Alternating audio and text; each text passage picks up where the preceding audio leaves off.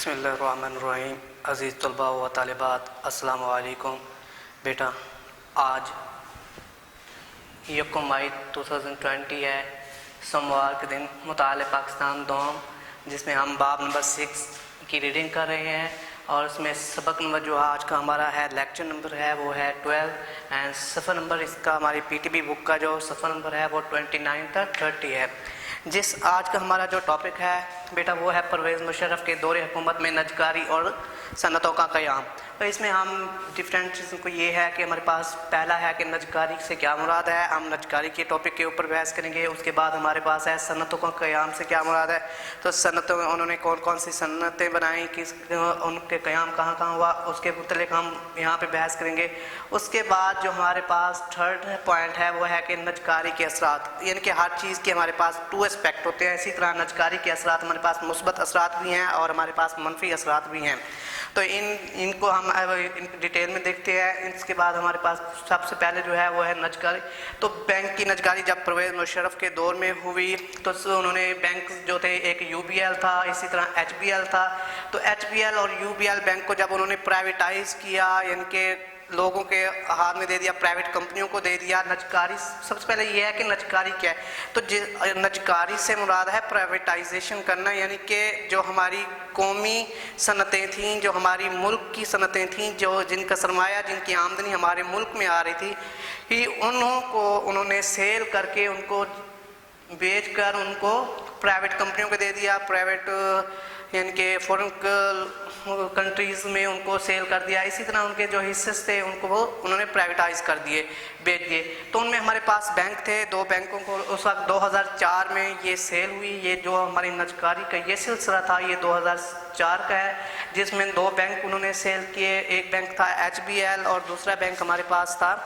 You be L. تو اس میں ہمارے پاس جو حبیب بینک تھا اس کو 22 بلین میں سیل کیا، اور اسی طرح یو بی ایل کو 13 بلین روپے میں سیل کیا۔ تو یہ ٹوٹل ہمارے پاس بینک سے جو آمدنی حاصل ہوئی تھی اس وقت وہ تھی 35 بلین۔ اسی طرح ہمارے پاس فرٹیلائزرز کمپنی تھی، ہمارے یہ پاکستان میں 3 یہ فرٹیلائزرز صنعتیں تھیں جن کو انہوں نے پرائیویٹائز کر دیا۔ نمبر 1 جو فرٹیلائزر تھی وہ ملتان کی پاک عرب فرٹیلائزر تھی، اسی طرح امیر پورٹ میتھلو کی پاک سعودی فرٹیلائزر کمپنی تھی، اس کو بھی انہوں نے سیل کیا۔ اور اس کے بعد ہمارے پاس یہ ہے سرکاری فیکٹری پاک امریکن فرٹیلائزر کو صرف 16 بلین روپیز میں انہوں نے سیل کیا۔ تو یہ ان تینوں کو سیل کرنے کے بعد جو ہمارا پاس آمدنی آئی، ہماری ملکی آمدنی جو ہمیں وصول ہوئی وہ تھی 37 بلین روپیز۔ اور اسی طرح ہمارے یہ پی ٹی سی ایل ایک کمپنی تھی، ان کے بھی 26 جو حصص تھے۔ اب حصص کیا ہوتے ہیں، شیئر کو کہتے ہیں انگلش میں، شیئر یعنی کہ ایک کمپنی کے جو شیئر تھے تو 26% یعنی کہ اس کے جو حصص تھے ان کو بھی انہوں نے، پرائیویٹ کمپنی تھی اس کو بیچ دیا، ایک دبئی کی پرائیویٹ کمپنی تھی جس کو انہوں نے بیچ دیا۔ تو ان ساری چیزوں کی پرائیویٹائزیشن سے جو ہمارے ملک کو جو وصولی حاصل ہوئی، یعنی کہ ہمارے جو ملک کی آمدنی بنی اس سال میں، صرف ایک سال میں وہ ٹوٹل تھی 2.5 بلین ڈالر۔ یہ آپ یہاں پہ یہ چیز آپ غور کر لیں کہ یہ ہمارے پاس جو 35 روپے ہے، 37 بلین ہے، یہ ہمارے پاس روپیز کرنسی، پاکستان کرنسی میں ہے۔ جو ہمارے پاس یہ ٹوٹل دی ہوئی ہے 2.5، تو یہ ہمارے پاس ڈالر میں ہے، اس وجہ سے اس کی فگر کم ہو رہی ہے۔ یہ نہ سوچے گا کہ یہ 35 یہ ہو گیا 37 تو یہ 2.5 کم۔ تو یہ دیکھیں کہ یہ روپے کی کرنسی ہے ہمارے پاس، اور یہ ہمارے پاس جو ہے وہ ڈالر کی کرنسی ہے، 2.5 بلین ڈالر میں ہے یہ۔ تو اس کے بعد دیکھیں آگے صنعتوں کا قیام ہے۔ اسی ہماری جو پاکستان کی ان چیزوں کو بیچنے کے بعد، ان چیزوں کو پرائیویٹائز کرنے کے بعد ہمارے ملک کی جو معیشت تھی وہ کم ہو رہی تھی، تو پھر نئی صنعتیں لگائی گئی، کیونکہ یہ ان کے لیے تھا کہ یہ پرانی صنعتیں ہیں، ناکارہ ہو چکی ہیں، اور ان کی جو ہمارے پاس پروڈکٹیوٹی ہے وہ بہت کم ہے۔ تو اس وجہ سے انہوں نے کیا کیا، اس کو سیل کر دیا۔ اس سے جو زر مبادلہ حاصل ہوا، اس سے جو ان کو اپنا آمدنی وصول ہوئی، ملکی آمدنی تو نہیں اس کو کہہ سکتے، ذاتی آمدنی جو ان کو وصول ہوئی، تو وہ اس آمدنی سے انہوں نے پھر نئی صنعتوں کا قیام کیا۔ جس میں انہوں نے موٹر گاڑیوں کی سب سے پہلے ان کی موٹر گاڑیاں بنانے کی صنعتیں شامل تھیں، اس کے بعد موٹر سائیکل بنانے کی صنعت بھی اس میں انہوں نے لگائی، اس کے بعد چینی بنانے کی صنعتیں لگائیں، اور جس طرح ہمارے پاس ہمارے رحیم یار خان سٹی میں ہی یہ صنعت بنی تھی، اتحاد شوگر مل کے نام سے چینی کی ایک صنعت لگی تھی بہت بڑی، تو اسی طرح اس دور میں بنی تھی، وہ بھی 2004 کے یعنی کہ اسی پرویز مشرف کے دور میں۔ اس کے بعد فلوا سازی اور سیمنٹ بنانے کی صنعت، بجلی اور ضرورت کی جو یعنی کہ بنیادی ضروریات کی جو صنعتیں تھیں وہ انہوں نے لگائیں، تاکہ ہمارے ملک کی جو بنیادی ضرورت ہی پوری نہیں ہو رہی تھی، اور بنیادی ضروریات کے لیے ہم باہر سے چیزیں درآمد کرتے تھے تو اس کے اوپر ہمارا بہت سارا زرعی مبادلہ خرچ ہوتا تھا، تو اسی وجہ سے انہوں نے پھر کیا کیا کہ باہر سے چیزیں منگوانے کی بجائے یہیں اپنے ملک میں انہوں نے صنعتوں کا قیام کیا۔ صنعتوں کا قیام کے بعد بیٹا جی انہوں نے پھر کیا کیا کہ بنیادی ضروریات کی صنعتیں لگائیں، یعنی کہ جو بیسک نیڈز آف ہیومن ہوتی ہیں ان کی انہوں نے صنعتیں یہاں پر لگا دیں تاکہ ہماری یہ بیسک نیڈز جو ہیں یہ پوری ہوتے گئیں۔ اس کے بعد فلاد سازی وغیرہ کی صنعتیں لگائیں۔ اس کے بعد بیٹا ہمارے پاس ہے کہ یہ انہوں نے نجکاری کی اور یعنی کہ پرائیویٹائز کیا، تو اب پرائیویٹائز کرنے کے کیا اثرات ہمارے ملک پر ہوئے کہ ہمارے ملک پر انہوں نے پرائیویٹائز تو کر دیا ان کمپنیوں کو، مگر ان کمپنیوں کو پرائیویٹائز کرنے سے ہمارے ملک کو کیا نقصان ہوا، کیا فائدہ ہوا، یا اس کے کیا ڈی میرٹس ہیں، کیا میرٹس ہیں، یا ہم کہہ سکتے ہیں جس طرح کہتے ہیں ایڈوانٹیجز اینڈ ڈس ایڈوانٹیجز، تو یہاں ہم بتائیں گے کہ اس کے مثبت اور منفی اثرات کیا تھے۔ مثبت کہتے ہیں یعنی کہ اس کے ایڈوانٹیجز کیا تھے، اور منفی اثرات کہتے ہیں کہ اس کے بیٹا جی کہ اس کے ڈس ایڈوانٹیجز کیا تھے۔ تو ہمارے پاس مثبت میں کیا ہے کہ جو ہماری حکومت کی آمدنی تھی اس میں اضافہ ہو گیا، کیونکہ ہم نے جب سیل کی یہ چیزیں ہم نے بیچ دیں تو ان سے ہمیں جو رقم وصول ہوئی یعنی کہ یہ 35 بلین، یہ 2.5 بلین جو ہمیں ڈالر وصول ہوا، تو یہ ہماری حکومت کی آمدنی ہوئی، تو حکومت کی آمدنی میں اضافہ ہو گیا، یعنی کہ باہر سے قرضے لینے کی بجائے اپنی چیزوں کو سیل، ناکارہ چیزوں کو سیل کرنے کے بعد ان سے یہ زرعی مبادلہ حاصل ہوا۔ اس کے بعد اداروں کو چلانے کا جو بوجھ تھا ہمارے ملک کو میں، یہ ایسی یعنی کہ جو صنعتیں تھیں، جو پرانی صنعتیں تھیں جن کی ہمارے پاس جو ایکسپینس تھے ان کو چلانے کے وہ بہت زیادہ تھے بنسبت اس کے کہ جو ہمارے پاس پروڈکٹیوٹی حاصل ہوتی تھی، یعنی کہ ان صنعتوں سے جو ہمارے پاس پروڈکٹ بنتی تھی اس کی کوالٹی کم تھی، اس کی پرائس کم تھی، اور اس کے بعد ان کی سیلنگ وغیرہ یہ چیزیں کم تھیں، اور بجائے اور ان کی جو ٹائم ہوتا تھا یعنی کہ زیادہ چلتی تھیں اور کم پروڈکٹیوٹی ہمیں دیتی تھیں، تو یہ ایک الٹا نقصان ہو رہا تھا ملکی خزانے کے اوپر۔ تو ان کو چلانے کا ایک جو بوجھ تھا وہ سارا، کیونکہ اپنا قومی تحویل میں تھیں یہ فیکٹریاں وغیرہ، یہ صنعتیں وغیرہ حکومت کی صنعتیں تھیں اس وقت، تو ان کو چلانا بھی حکومت کی ذمہ داری تھی، اور ان کے چلانے کے جو ایکسپینس تھے، ایکسپینڈیچرز تھے، وہ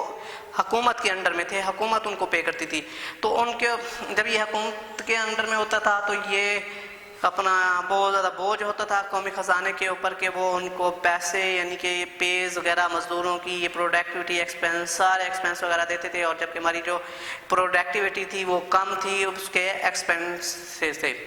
تو اس کو چلانے کا جو بوجھ تھا وہ کم ہو گیا۔ اسی طرح ہے سرمایہ کاری میں اضافہ کہ ہمارے ملک میں جب یہ چیزیں پرائیویٹ ہوئیں اور پرائیویٹ سے چیزوں میں ہماری جو کوالٹی تھی وہ انکریز ہوئی، جو ان کی اپنا کیا کہتے ہیں کوالٹی میں انکریز ہوا، اور اسی طرح لوگوں میں یہ اعتماد پیدا ہوا کہ اب اس ملک میں یعنی کہ ذاتی صنعتیں بھی لگائی جا سکتی ہیں، اور ذاتی صنعتوں کو یعنی کہ فروغ دیا جا رہا ہے، اور یہ حکومت ان کو موٹیویٹ کر رہی ہے، تو اس میں ہماری جو سرمایہ کاری میں اضافہ ہوا۔ مگر بیٹا یہ اس جگہ پہ یہ غور کر لیں کہ یہ وہ سرمایہ کاری تھی جو ذاتی سرمایہ کاری تھی کہ پرسنل لوگوں کی سرمایہ کاری ہوتی تھی، اس میں اضافہ ہوا تھا، نہ کہ ملکی سرمایہ کاری میں۔